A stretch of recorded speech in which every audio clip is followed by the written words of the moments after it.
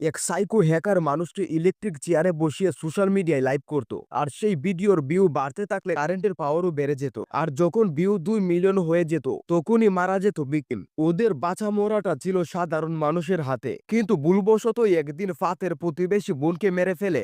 এটাতে ফাতে তাণ্ডব লীলা শুরু করে দেয়। বলছিলাম সদ্য মুক্তিপ্রাপ্ত সুনু সাদ অভিনীত মুভি ফাতে। কাহিনী শুরু হয় আতে সিং নামে এক স্পেশাল এজেন্টকে দেখিয়ে। সেই একটি স্পেশাল অপারেশন এজেন্সির জন্য কাজ করে। মিশনে যাওয়ার আগে সে এই এজেন্সি সম্পর্কে জানাচ্ছে। এটি এমন একটি এজেন্সি যেখানে কোনো মেডেল পাওয়া যায় না। আর যদি ধরা পড়ে তবে ধরে নিতে হবে আপনি একজন সাধারণ মানুষ যার এজেন্সির সঙ্গে কোনো সম্পর্ক নেই। এরপর ফাতে সিং একটি বড় হোটেলে পৌঁছায়। সেখানে গিয়ে সে অনেক মানুষকে প্রচন্ডভাবে মারতে শুরু করে। এমন ভাবে মানুষ মারছিল যেন রিয়েল লাইফে না, কোনো গেমের মধ্যে মানুষ মারছে। আর ওর মারার স্টাইল কি, চোখের পলকে সেখানে থাকা 100 জনকে মেরে দেয়। তারপর বাইরে বের হতে গেলেই বাধে বিপত্তি। একটা ব্লাস্ট হয়ে মাটিতে লুটিয়ে পড়ে ফাতে। সেখানেই ফাতে অজ্ঞান হয়ে যায়। এখানেই জানাই এই গল্প এখানেই শেষ নয়, বরং এখান থেকে শুরু। গল্পটি ফ্ল্যাশব্যাকে ফিরে যায়। 1 মাস আগের দৃশ্যে দেখানো হয় পাঞ্জাবের মুগা গ্রামের একটি দৃশ্য। পরিবার বলতে কেউই নেই ফাতের, তবে পুরো গ্রামই যেন ফাতের একটা পরিবার। আর ফাতে যে বাড়িটাতে থাকতো তার পাশের বাড়িতে নিমরাত নামের একটি মেয়েও থাকতো। নিমরাতকে ফাতে নিজের ছোট বোনের মতোই দেখতো। আর নিমরাত ও ফাতেকে বড় ভাইয়ের মতো কেয়ার করতো। প্রত্যেকদিন সকালে ফাতের জন্য চা রাখতো নিমরাত। সেটা খেয়েই ফাতের সকাল শুরু হতো। তারপর চলে আসতো ডেইরি ফার্মে। এখানে দুধ উৎপাদন করাই ছিল তাদের উদ্দেশ্য। সেই ডেইরি ফার্মে সিন্ধু নামের একজন কাজ করত। ফাতের ডেইরি ফার্মটা খুব ভালোভাবেই চলতো। একদিন দুপুরের দিকে সিন্ধু চলে আসে নিমরাতের দোকানে। ওকে বারবার কল দিলেও ধরছিল না, এজন্যই দোকানে চলে এসেছে। আসলে অনলাইন থেকে লোন অ্যাপ থেকে লোন নিয়েছিল সিন্ধু, তো টাকা পরিশোধ করলেও তারা আরো টাকা চাই। আর নিমরাত ওই কোম্পানির এজেন্ট হয়, তাই তার কাছে এসেছে। গতকালও সেই কোম্পানির লোক এসে দুমকি দিয়ে গেছে সিন্ধুকে। সে জানায় এর জন্য আমি একদিন মরেই যাব। তো আমি একা মরবো না, আমার পরিবার সহ মরবো, সেটা তুমিও জানো। এ তো চাপ আর নিতেই পারছিল না সিন্ধু। কিন্তু নিমরাত ব্যাপারটা দেখবে বলে জানিয়ে দেয়। আসলে তার সাথেও ধোঁকা হয়েছিল। বাড়ি যাওয়ার সময় তার বান্ধবী বলে, গতকাল চাচা এসে তোর নামে যা যা বলে গেছে, তুই নাকি পুরো গ্রামের মানুষকে লোন দিয়ে ফ্রড করেছিস। তো তাড়াতাড়ি এসব বাদ দে তুই, না হলে পরে বড় কোনো ঝামেলায় পড়বি। কিন্তু নিমরাত তার সাধ্য মতো চেষ্টা করছিল যেন গ্রামের কোনো লোকের ক্ষতি না হয়, কারণ পুরো গ্রামটাই তো তার পরিবারের মতোই। তখন বান্ধবী বলে, তুই ফাতেহ ভাইয়ের সাথে এসব ব্যাপার নিয়ে কথা বললেই তো পারিস, কিন্তু এসব দুকার কথা কিভাবে বলবে। তখনই দেখা যায় এই লোন স্কিমের মাস্টারমাইন্ড রাজাকে। ওর সেক্রেটারি এসে যেন আমাদের প্রো সিস্টেমটার অ্যাক্সেস নিয়ে এসেছে। খুশি শর্মা এবং তার 4 সহযোগী একজনকে ধরে এনেছে, বাকি 3 জনকে জায়গাতেই মেরে দিয়েছে। আর খুশিকে কোথাও খুঁজে পায়নি। তখন রাজা ওই ছেলেটাকে বলে, গত 3 মাস ধরে অনেক কাঠখড়ি পুড়ে গোটা দেশের সিক্রেট ফাইল চুরি করেছি। আর খুশি আর তোরা মিলে এক নিমিষে সবকিছু নিয়ে গেলি। এটা কি ঠিক? অন্যের কষ্টের ফল তোরা বুক করবি? তারপরই সেই ছেলেটাকে এটা কারেন্টের চেয়ারে বসে শোক দেওয়া হচ্ছিল। আর সেই ভিডিও লাইভে চলছিল।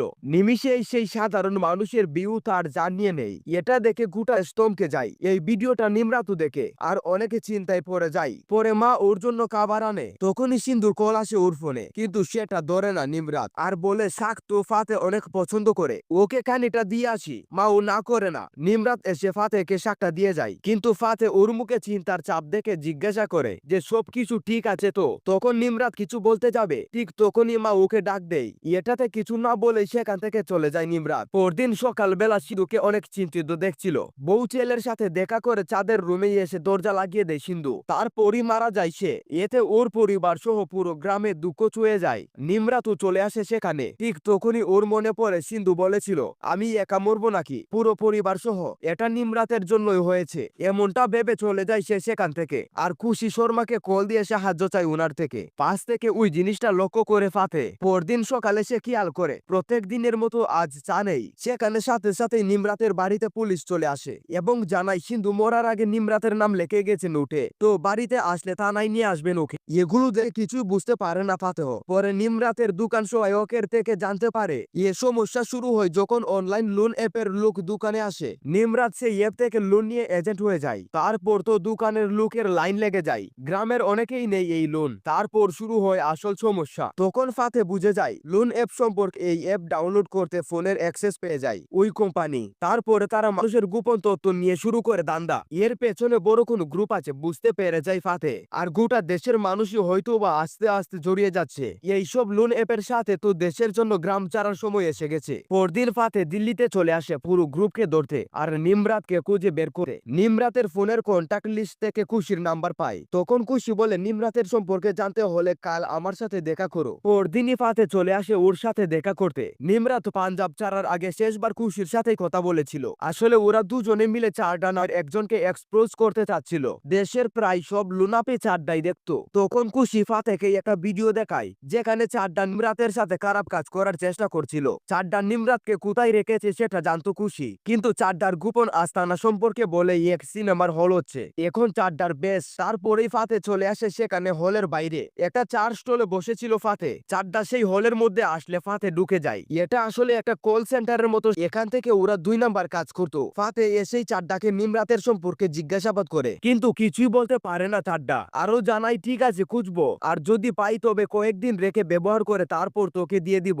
এখন তুই যাই এখান থেকে। ফাতে সেখান থেকে দরজা পর্যন্ত যাই, বাইরে বের না হয়ে দরজা বন্ধ করে ভেতরে চলে আসে আর তাণ্ডব লীলা শুরু করে দেই। ওদেরকে পাখি মতো মারতে থাকে ফাতে, এক নিমিষে সবাইকে মেরে দেয়। তখন চারডা ওকে মাফ করে দিতে বললে ফাতে জানাই তোকে সুযোগ দিয়েছিলাম, কিন্তু এখন আর ওই অফার নেই। অফার শেষ হয়ে গেলে সে ডায়াল করে আর লাভ নেই। মারা যায় চারডা আর ওর ফোন থেকে সব ডিটেলস নিয়ে নেই ফাতে। তারপর সেখানে থাকা ফাতের সব ফিঙ্গারপ্রিন্ট মুছে ফেলে। বিকেল বেলায় সেখানে অনেক পুলিশ চলে আসে, কিন্তু কোনো কিছুই পাই না, একটা ফিঙ্গারপ্রিন্টও পাই না, আর সিসিটিভির কোনো ফুটেজও পাই না। পরে আশেপাশের সব বিল্ডিং এর ফুটেজ আনতে বলে। এই খবর রাজা পর্যন্ত যেতে খুব একটা সময় লাগে না। তারপর লিড নামের একজনকে পাঠায় সত্য প্রকাশের কাছে চারডার মৃত্যুর পেছনের রহস্য জানতে। এদিকে ওই চা স্টলের সিসিটিভি ফুটেজ আসে পুলিশের হাতে, সেটাতে ফাতেহকে দেখতে পাই একই জায়গায় 4 ঘন্টা বসেছিল সে। তারপর ফাতের উদ্দেশ্যে রওনা হয়ে পড়ে। এ পর্যায়ে এন্ট্রি নেই সত্যপ্রকাশ। তখন লিওর সাথে অনেক বাজে বিহেভ করে যে বস তোমার উপর অনেক রেগে আছে, তুমি এখনো চারডার খুনিকে খুঁজে পাওনি কেন। এটাতে অনেক রেগে যায় প্রকাশ আর চপস্টিক দেখেই মেরে দেয় লিখে। আর অন্যজনকে বলে আমার ভীষণ তোর বসের থেকেও অনেক বড়, তো আমার সাথে কথা বলতে হলে বুঝে শুনে কথা বলতে হবে। কিন্তু ওই লোকটা ক্যারাম খেলছিল দেখে প্রকাশ বলে চল তোকে বাঁচার একটা সুযোগ দিলাম, এই গুলিটা যদি তুই ফেলতে পারিস তাহলে তুই বাঁচবি, আর যদি না পারিস তাহলে তুই মরবি। এটা শুনে অনেক কৃতবোধ খেয়ে যায় লোকটা আর মিস করে ফেলে। সাথে সাথে ওকেও মেরে দেয় প্রকাশ। এদিকে দেখা যায় পুলিশ দুটো ফাতেহকে ফলো করছিল। পাশ থেকে লুকিয়ে একজন ছবি তুলছিল ফাতের। তখনই ফাতেহ ওকে দেখে ফেলে আর বলে সামনে থেকেও ছবি নিতে পারেন, কোনো সমস্যা নেই। তারপর নিষিদ্ধ বিশ্বাস নামের একজন পুলিশ অফিসার বলে তোকে কিভাবে খুঁজে বের করলাম, এটা থেকে তুই শোক খেয়ে গেছিস নাকি। কিন্তু ফাতে জানাই স্যার এটা তো একদমই সহজ। ওই হলের পাশে থাকা দোকানে আমি টানা 4 ঘন্টা বসেছিলাম, সেখান থেকে আমার ছবি কালেক্ট করে ফেস রেকগনিশন সফটওয়্যারের মাধ্যমে আমাকে খুঁজে নাম্বার বের করেছেন আর সেটা টেক করে চলে এসেছেন। তখন নিষিদ্ধ জানতে চাই তুই ওখানে 4 ঘন্টা বসে কি করছিলি। উত্তরে ফাতেহ জানাই আমার গ্রামের এক মেয়ে হারিয়ে গেছে, ওর নাম নিমরাত, ওকে খুঁজতেই আমি দিল্লিতে এসেছি। আর ওই দোকানদারের চাটা কিন্তু খুব মজা আছে, একদিন ট্রাই করে দেখবেন স্যার। এদিকে প্রকাশকে কল দেয় রাজা আর বলে খুব তাড়াতাড়ি খুশি শর্মাকে খুঁজে বের করতে হবে, আমাদের সব ফাইল উর্দু কোলে। আর রিসেন্টলি খুশির কন্ট্রাক্টে যেই এসেছে সেই নাকি আড্ডার খুনের সাথে জড়িত, তাড়াতাড়ি করে একটু খোঁজ লাগাও। তো সন্ধ্যা বেলাতেই প্রকাশ কয়েকজন লোক পাঠায় ওই হোটেলে যেখানে ফাতে আছে। ওদের আসার আভাস পেয়েই কেটে পড়ে ফাতে। সেখানে গিয়ে কাউকেই পাই না ওরা, আর ওদেরকেই গোপন ক্যামেরাতে দেখছিল ফাতে। এটার একটা স্ক্রিনশটও নিয়ে নেই ফাতে। কিছুক্ষণ পরে খুশি দেখা করতে আসে ফাতের সাথে আর বলতে থাকে পাঞ্জাবের ডেইরি ফার্মে কাজ করা একজন দিল্লিতে আসে চারডার সম্পর্কে জিজ্ঞেস করে, তারপর ওর সাথে দেখা করতে চাই। কয়েক ঘন্টা পরেই দেখা যায় চারডা তার লোকদের সাথে মারা গেছে। তুমি আসলে কে আর কি করো, তুমি ফাতেহ। তখন তার কাহিনী বলতে শুরু করে ফাতেহ আমি এক সরকারি এজেন্সির জন্য কাজ করতাম, সরকারি কাজ বেসরকারি ভাবে করতে হতো, সরকারি কাজ বেসরকারি ভাবে করতে হতো আমাদেরকে। যদি কোনো মিশনে গিয়ে ধরা পড়ি তবে আমি ওদের কেউ না, আর যদি সাকসেস হয় তাও কোনো মেডেল পাবো না। আমার জবটা ঠিক এমনই ছিল। একদিন ফাতেহ আসে এক গ্রুপের সাথে দেখা করতে। দেশের কিছু সিক্রেট ফাইল ছিল ওদের কাছে, সেগুলোই নিতে এসেছিল ফাতেহ। ওর হাতে একটা ব্যাগও ছিল আর সেটার মধ্যে এনেছিল ধামাকা। 4 মিনিটের মধ্যে ড্রাইভটা না দিলে ফুটে যাবে সেই ধামাকা, আর 300 মিটারের মধ্যে সবকিছু দুলুতে পরিণত হয়ে যাবে। এটাতে অনেক ভয় পেয়ে ওকে ড্রাইভটা দিয়ে দেয়। তারপরে ওদের শেষ রক্ষা আর হয় না, ধামাকার শিকার হয়ে যায় ওরা। গল্পটা শেষ হলে ফাতেহকে ওর বাসায় নিয়ে আসে খুশি। তারপরে ফাতে রাজা সূত্র প্রকাশের সম্পর্কে জানতে চাই। তখন খুশি বলে ওরা চাইনিজ সাইবার গুন্ডা, এরাই লুন অ্যাপ চালু করেছিল আর চারডার মতো লোকদের দিয়েই এটা পরিচালনা করত। এরা যদি এত বড় মাপের লোক হয় তাহলে এদের সাথে নিমরাতের কি সম্পর্ক জানতে চাই ফাতে। উত্তরে খুশি বলে নিমরাতের সাথে আমার সম্পর্ক থাকায় নিমরাতকে দিয়ে আমাকে ধরতে চেয়েছিল। তারপরই ঘরের একটা গোপন দরজা খুলে খুশি দেখতে পায় ভেতরে পুরা কম্পিউটারাইজ সিস্টেম। তারপর খুশির কিছু কলিগের সাথে পরিচয় করিয়ে দেয় ফাতেহকে। আর কিছু গুন্ডা হোটেলে এসে হোটেলের মেয়েটাকে ছবি দেখিয়ে ডিটেলস জানতে চাই। মেয়েটা বলে অল্প কিছুটা সময় লাগবে, তাহলে আমি ডিটেলস কালেক্ট করে দিব। পরে ফাতে খেয়াল করে দেখে ওদেরকে ধরার জন্য খুশি অনেক কিছু একত্রিত করেছে। রাতের বেলায় দুজন দু রুমেই থাকতো। খুশি ঘুমিয়ে পড়ে আর ফাতে রিচার্জ করতে থাকে। আসলে যারা সাইবার দুর্নীতি করে ওদের জাল অনেক দূর দিয়ে ছড়ানো। মনে করেন আপনিও ওদের শিকার হয়েছেন, তো আপনার কন্ট্রাক্টের সবার ডিটেলস চলে যাবে ওদের কাছে। সেখানে থাকা সবার কন্ট্রাক্ট লিস্টে থাকা অন্য সবারও ডিটেলস পেয়ে যাবে। যদি কেউ 40 জনের কন্ট্রাক্ট লিস্ট ফলো করে আর সবার কন্ট্রাক্ট লিস্টে মিনিমাম 50 জন করেও থাকে, তারপরেও প্রায় 5 কোটি মানুষের ডিটেলস পেয়ে যাবে। তো হয়তো আমাদের জানার অজান্তে কেউ আমাদেরকে ফলো করছে। আপনি তো মনের সুখে মোবাইল দেখছেন আর ওরা দেখছে আপনাকে। এগুলো চিন্তা করতে করতে সেখানেই ঘুমিয়ে যায় ফাতেহ। পরদিনই সে চলে আসে আয়াপ্পার সাথে দেখা করতে। ফাতেহ যখন এজেন্সিতে ছিল তখন ওর বস ছিল আয়াপ্পা। তিনি ফাতেহকে নিজের ছেলের মতোই দেখতো। ওকে দেখেই অনেক খুশি হয়ে যায় আয়াপ্পা, কারণ এক মিশনে গিয়ে ফাতেহ মারা গিয়েছিল। মানে এটা বিশ্বাস করিয়েছিল সবাইকে যে সে মারা গেছে। তখন আয়াপ্পা তাকে জানিয়ে দেয়, আমি তোমাকে এখন তেমন একটা সাহায্য করতে পারবো না, কারণ এজেন্সিতে আমার তেমন একটা পাওয়ার নেই। এটা শুনে ফাতেহ বলে, কিছুই দরকার নেই আমার স্যার, শুধু আপনার হাতে এক কাপ চা খেতে এসেছিলাম। তারপরেই সত্য প্রকাশের ছবি দেখিয়ে বলে, এ কে স্যার? ওর ছবি দেখে কেন জানি অনেক চিন্তিত হয়ে পড়ে আয়াপ্পা আর বলে, ওর সাথে তোমার কি সম্পর্ক?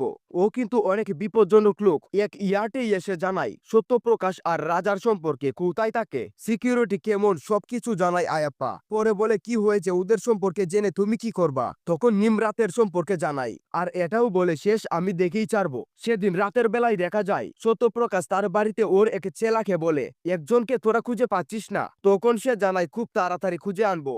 লোকটা সেখান থেকে যাওয়ার পরে ফাতে ওকে মেরে দিয়ে চলে আসে প্রকাশের কাছে আর বলে, তোর ভাগ্য খারাপ যে নিমরাতের নিখোঁজ ওর পেছনে তোরও হাত আছে। আমি জানি না যে নিমরাত কার কাছে আছে, কিন্তু যদি তোর এখান থেকে বের হয় তাহলে তোর খবর আছে। আর কাল থেকে তোর সব 2 নাম্বার দান্দার দোকান বন্ধ। সাথে একটা গল্পও বলে ওকে। গাজীপুরে 12 বছরের এক ছেলে ছিল। সে জীবনে বড় কিছু হতে চাইতো। গ্রামের মানুষও তাকে নিয়ে অনেক গর্ব করত, কিন্তু তার বাবা ওকে প্রচুর মারধর করত।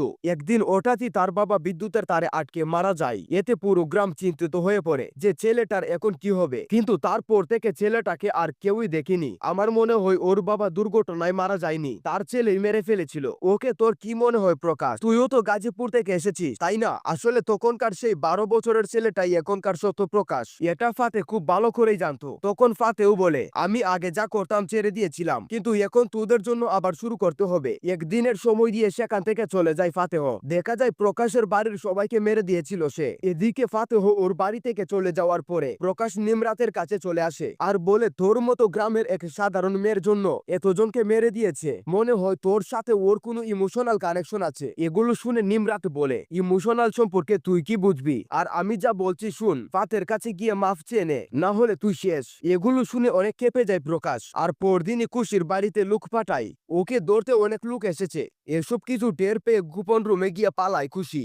গুন্ডাগুলো ওর বাড়িতে এসে কাউকেই খুঁজে পায় না। ওরা চলে যাচ্ছিল, ঠিক তখনই কিছুই একটা আওয়াজ পেয়ে দরজাটা খুলে আর খুশিকে দেখতে পায়। খুশি তো ওদের দেখে অনেক ভয় পেয়ে যায়। সে মনে করতে থাকে আজই হয়তো তার জীবনের শেষ দিন। ঠিক তখনই সেখানে ফাতেহ চলে আসে আর সবাইকে মারতে শুরু করে। এক নিমিষে সবাইকে মেরে দেয়। তখন খুশি এসে জড়িয়ে ধরে ফাতেহকে, ওকে ভালোবেসে ফেলে খুশি। এ পর্যায়ে আবারও দেখা যায় রাজাকে। তখন সেক্রেটারি এসে যেন সার্ভারে মেইলার দিয়ে দিয়েছে, আমাদের টার্গেট ফুলফিল। তখন রাজা বলে, 66,000 গ্রাম, সেখানকার 82 কোটি ব্যাংক অ্যাকাউন্ট আর মঞ্জিল শুধু একটা। সব অ্যাকাউন্টে একটা ক্লোন্ড মেসেজ যাবে। তখন 82 কোটি ব্যাংক অ্যাকাউন্ট আমার ঘটেও।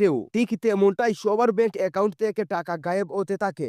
এতে মানুষের মধ্যে অনেক ভয় ঢুকে যায়। কিভাবে তাদের সবার ব্যাংকের টাকা গায়েব হয়ে যাচ্ছিল ওরা কিছুই বুঝতে পারছিল না। এতে ব্যাংকগুলোর সামনে গিয়ে আন্দোলন করে, কিন্তু লাভ তেমন একটা হয় না। এগুলো দেখে খুশি বলে, আমি শিওর ওই সব ব্যাংকের সার্ভারে মেল ওয়্যার দেওয়া হয়েছে।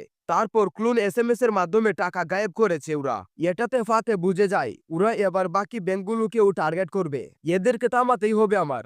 এদিকে রাজা একটা প্ল্যান করে বসে ফাতের ফেস ব্যবহার করে একটা ভিডিও আপলোড দেয়, যেটাতে ফাতেহ বলেছিল 66,000 গ্রাম, 82 কোটি ব্যাংক অ্যাকাউন্ট আর মঞ্জিল একটা, আমাকে থামাতে পারলে থামা তোরা। এই ভিডিওটা গোটা দেশে ভাইরাল হয়ে যায়। পুরো দেশের মানুষ জেনে যায় যে তাদের ব্যাংকের টাকা গায়েব হওয়ার পিছনে ফাতেহ সিং আর ওর সহযোগী হলো খুশি শর্মা। এটাতে দুজনের বিরুদ্ধে মামলা হয়ে যায়। দুজনই পালাতে থাকে পুলিশ থেকে। ঠিক তখনই ওদেরকে দেখে ফেলে একটা টিম আর পিছু করতে থাকে। অনেক কষ্ট করে কোনো মতে সেখান থেকে বেঁচে একটা জায়গায় চলে আসে। দুজন এখানেই ছিল। খুশির বাকি সহযোগীরা সবাই মিলে টাকার ট্রান্সফারটা আটকানোর জন্য জানপ্রাণ লাগিয়ে কাজ করতে থাকে। তখনই নিষিদ্ধ বিশ্বাসের কল আসে। কিরে ফাতেহ, যে মেয়েকে খুঁজতে তুই গ্রাম থেকে এসেছিলি তার কথাই ভুলে গেছিস? এসব টাকার চক্করে পড়ে ওকে ফেমাস করার জন্য সব তৈয়ারি করা শেষ। তারপর প্রকাশের সাথে কথা বলিয়ে দেই। তখন প্রকাশ বলে, একটা কাহিনী তুই শুনিয়ে গেছিলি ফাতেহ, তো এখন একটা তামাশা আমি দেখাবো। তারপর একটা লিংক দেই ফাতেহকে। সেটা ওপেন করতেই দেখতে পাই ওই বিদ্যুৎ চেয়ারে নিমরাত। তখন প্রকাশ জানায় এই তামাশার জন্য 20 লাখ ভিউ লাগবে। যখন 20 লাখ ভিউ হয়ে যাবে তখন কারেন্টের পাওয়ার অনেক বেড়ে যাবে আর মারা যাবে নিমরাত। ওকে বাঁচাতে পারলে বাঁচিয়ে নে। এটা শুনে ওই ভিডিওর লোকেশন ট্র্যাক করতে বলে টিমকে, কিন্তু এক একজন এক এক লোকেশন পাচ্ছিল। কেউই সঠিক লোকেশনটা পাচ্ছিল না, কারণ এই ভিডিওটা হাইলি স্ক্রিনশট করা ছিল। এই ভিডিও থেকে কোনোভাবেই এর আইপি অ্যাড্রেসটা পাওয়া সম্ভব নয়। আস্তে আস্তে ভিউ বাড়ছিল, সাথে সাথে বিদ্যুৎ এক পর্যায়ে 20 লাখ ভিউ পার হয়ে গেলে মারা যায় নিমরাত। এটা দেখে ফাতে অনেক কষ্ট পেয়ে যায়, কেননা নিমরাতকে তো সে সবসময় ছোট বোনের মতোই দেখতো। এই ভিডিওটা দেখে গোটা দেশ কেঁদেছিল। তারপরে নিষিদ্ধ বিশ্বাসের লোকেশন পেয়ে যায় ওরা। ফাতেহ আর খুশি চলে আসে সেই হোটেলে। এক এক করে গার্ডকে মেরে চলে আসে ওর রুমে। তারপর সেখানে থাকা মেয়েটাকে তাড়িয়ে দিয়ে ওর পিন্ডিতে লাগে। এক ঝাটকাতেই ফাতে মেরে ফেলে নিষাদ বিশ্বাসকে। সেখান থেকে সুজা চলে আসে প্রকাশের আস্তানায়। পাশের বিল্ডিং এ একটা বন্দুক দিয়ে খুশিকে সবকিছু শিখিয়ে দেয় যে কিভাবে গুলি করতে হয়, কিন্তু খুশি তো এটা কখনো করেনি। আর সে জানায় যে এটা আমার দ্বারা কোনোভাবে সম্ভব নয়। তারপর ওকে কাভার দিতে বলে চলে যায় ফাতেহ। সাথে সাথেই গাড়ি নিয়ে এন্ট্রি নেই প্রকাশের আস্তানায় আর গাড়ি দিয়েই পিছে মারতে থাকে এক একজনকে। তারপর বন্দুক হাতে যেতে থাকে দূরের দিকে। সবাইকেই পাখির মতো মারছিল ফাতেহ। এত লুকেও যেন ফাতেহর কাছে কিছুই না। এদিকে প্রথমবার খুশি গুলি করলে সে পড়ে যায়, পরে ঠিকঠাক ভাবে কাভার দেয়। কয়েকজনকে মেরে সেও চলে আসে প্রকাশের আস্তানায়। ওর সার্ভার রুমে গিয়ে চিপটা লাগায়। ঠিক তখনই প্রকাশ এসে ওকে দেখে ফেলে। পরে খেয়াল করে দেখতে পাই ওদের সিস্টেম বিস্ট হয়ে গেছে। খুশির সহযোগীরা এটার এক্সেস পেয়ে গেছে। এটাতে রাজার সবকিছু ফ্রিজ হয়ে যায়। কোনো কিছুতেই ওরাও ওই এক্সেস পাচ্ছিল না। এটাতে অনেক রেগে গিয়ে প্রকাশ খুশিকে ধরে এনে ওই বিদ্যুৎ চেয়ারটাই বসিয়ে দেয়। এবার খুশির পালা। ঠিক তখনই ফাতেহ চলে আসে আর প্রকাশের হাতে গুলি করে বাঁচাই খুশিকে, আর সেই চেয়ারেই বসিয়ে দেয় প্রকাশকে। এতদিনে সে মানুষকে যেভাবে মারতো এখন ওকেও ঠিক সেভাবে মারা হবে। সাথে সাথে সোশ্যাল মিডিয়াও লাইভ করছিল। আস্তে আস্তে ভিউ বাড়তে থাকে আর প্রকাশের বইও 20 লাখ ভিউতেই মারা যায় প্রকাশ। এদিকে এগুলো সবকিছু দেখছিল রাজা। পরে সেখান থেকে ফাতে সুজা চলে আসে রাজার বাড়িতে, যেখানে 200 লোক নিয়ে ফাতের জন্য অপেক্ষা করছিল রাজা। এখানে এসে এক নিমিষে 100 জনকে মেরে দেয় ফাতেহ, যেটা সিনেমার শুরুতেই দেখা গিয়েছিল। তারপরেই দামাকার কবলে পড়ে যায় ফাতেহ। ফাতেহ অজ্ঞান হয়ে থাকলেও নিমরাতের কথা ওর মাথা থেকে যাচ্ছিল না। তখন উঠে যায় ফাতেহ আর আবারও আগাতে তাকে সামনের দিকে। অনেক মানুষ আসে ওকে থামাতে, কিন্তু সবাইকে পাখির মতো মারছিল ফাতেহ। এতগুলো মানুষ যেন ফাতেহর কাছে পান্তাবাদ। চোখের পলকে সবাইকে মেরে দেয়। মার্কোর তাণ্ডব তো দেখছেন, কিন্তু ফাতেহর তাণ্ডব আমার কাছে পার্সোনালি বেশি ভালো লেগেছে। তারপর সবাইকে মেরে চলে আসে রাজার কাছে। তখন সেক্রেটারি রাজাকে বাইরে রেখেই দরজা লাগিয়ে দেয়, কিন্তু রাজা বলে এটা তো বুলেট প্রুফ না, আমার আগেই তুই মরবি দেখিস। ঠিক তখনই ফাতেহ মেরে দেয় সেক্রেটারিকে। আর রাজা বলতে থাকে তোমার মতো আমিও একই এজেন্সিতে কাজ করেছি, হঠাৎ একদিন বন্ধ করে দেওয়া হয় সেটা। এতদিন আমরা প্রয়োজনীয় ছিলাম আর এখন হয়ে গেছি ওদের বোঝা। এজন্যই আমি এসব কাজ করা শুরু করে দিয়েছি। এগুলো শুনে ওর উপর একটুও সিম্পেথি হয় না আর দাপ করে রাজাকে মেরে দেয় ফাতেহ আর বলে আমি তোর মতো না, এখনো দেশের জন্য জান দিয়ে দিব আর প্রয়োজন হলে হাজারো লাখো মানুষের জান নিয়ে নিব। সবকিছু শেষ হওয়ার পরে ওরা দুজনে দেখা করে। তখন খুশি বলে আমি আবারও লন্ডনে চলে যাব আর এখানকার মানুষকে আমি অনেক মিস করব। তখন ফাতেহ বলে এখানকার মানুষ তোমাকে মিস করবে আর আমি গ্রামে গিয়ে নিজের একটা ডেইরি ফার্ম দিব। তারপর একে অপরকে বিদায় জানিয়ে চলে যায়। এই বিদায়ে দুজনের মনই অনেক খারাপ হয়ে যায়। কেউ কাউকেই কোনো মতেই ছেড়ে দিতে চাইছিল না। পরে হঠাৎই ফাতে এসে বলে আমার ডেইরি ফার্মের জন্য একজন কম্পিউটার জানা পার্টনার খুঁজছিলাম। তখন খুশি বলে কত পার্সেন্ট দিবা? এটা শুনে ফাতেহ বলে 100% নিয়ে নিও তুমি। একজন আরেকজনকে পেয়ে যেন সম্পূর্ণ হয়ে গেছে। ঠিক তখনই পাশ থেকে ওদের উপর একটা বন্দুক ত্যাগ করে কেউ গুলি চালায় আর এর মাধ্যমে শেষও হয়ে যায় সিনেমাটি। আসলে একটা এক্সপ্লেইন দেখে আপনি কখনোই মুভি দেখার মতো মজা পাবেন না। সিনেমার আসল মজা পেতে হলে পুরো সিনেমাটা দেখুন। তো বন্ধুরা, কেমন লাগলো আজকের এই এক্সপ্লেনটি জানাতে কমেন্ট করো। আর এখনো যদি চ্যানেলটি সাবস্ক্রাইব না করে থাকো তাহলে তাড়াতাড়ি সাবস্ক্রাইব করে দাও।